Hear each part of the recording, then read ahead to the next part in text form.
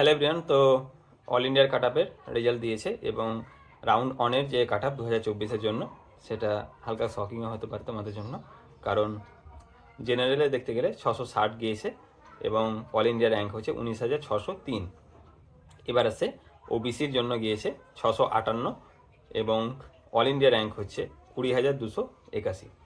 তারপরে আসছে ইডাব্লিউএস, যেখানে 654 গিয়েছে এবং অল ইন্ডিয়া র্যাঙ্ক গিয়েছে 23,419। তারপরে আসছে এসসি ক্যাটাগরি। এসসির ক্যাটাগরির ক্ষেত্রে কাট আপ গিয়েছে 575 এবং অল ইন্ডিয়া র্যাঙ্ক হচ্ছে 1,05,676। এরপরে আসছে এসটি ক্যাটাগরি, যেখানে তোমার মার্কস হচ্ছে নিটের 544 এবং র্যাঙ্ক হচ্ছে অল ইন্ডিয়া 1,45,207। আর এসটির কাট আপটা দেখতে পাচ্ছ এবং এসসির সাথে কতটা ডিফারেন্স, যেটা আগে বেশিটা ডিফারেন্স হতো এখন কতটা ডিফারেন্স গিয়েছে তোমরা স্ক্রিনের মাধ্যমে দেখতে পাবে। এই কাট আপটা তোমাদের শেয়ার করছি স্ক্রিনটা। তো এই ভিডিওটা কেমন লাগলো তোমাদের কমেন্টের মাধ্যমে জানাও।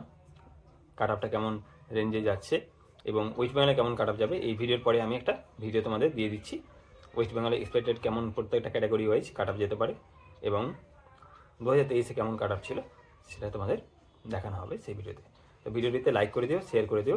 কাউন্সেলিং সম্পর্কে যে কোনো তথ্য পেতে গেলে তোমাকে টেলিগ্রাম চ্যানেলে জয়েন করতে হবে এবং সেখানে আমি সব রকম পিডিএফ প্রোভাইড করার চেষ্টা করি। তো সেখান থেকে একটা গ্রুপ আছে, সেখানে অনেক কিছু ডিসকাসও হয়, সেখানে কিছু কিছু অ্যান্সার আমি দিই মাঝে মাঝে, তো সেটা ফলো করতে পারে।